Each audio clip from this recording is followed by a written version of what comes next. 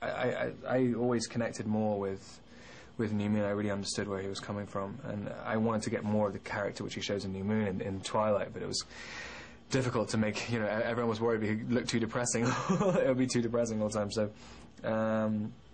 yeah, so it ended up being kind of odd in Twilight, but in this one I really understood it well. I think that the reason Twilight felt sort of kinetic, like a very like the energy was like sort of hard to grasp, was because the whole story was about not being able to grasp that energy, but going after it with full force and not caring about the consequences. And that sort of infiltrates New Moon because she's been told that she was absolutely wrong, and so now it's a more considerate, mature approach to the same ideas.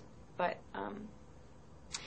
I think maybe tonally, New Moon is different in that it also becomes more dangerous. It becomes more real. I like to think of it as it takes everything Rob and Kristen, or Bella and Edward, created in Twilight and destroys it at the beginning when he leaves, and then it has to rebuild it, or Jacob, you know, has to rebuild Bella, and then it's kind of destroyed at the end again. It's an emotional roller coaster. It's all over the place. You'll experience so many different feelings watching this film.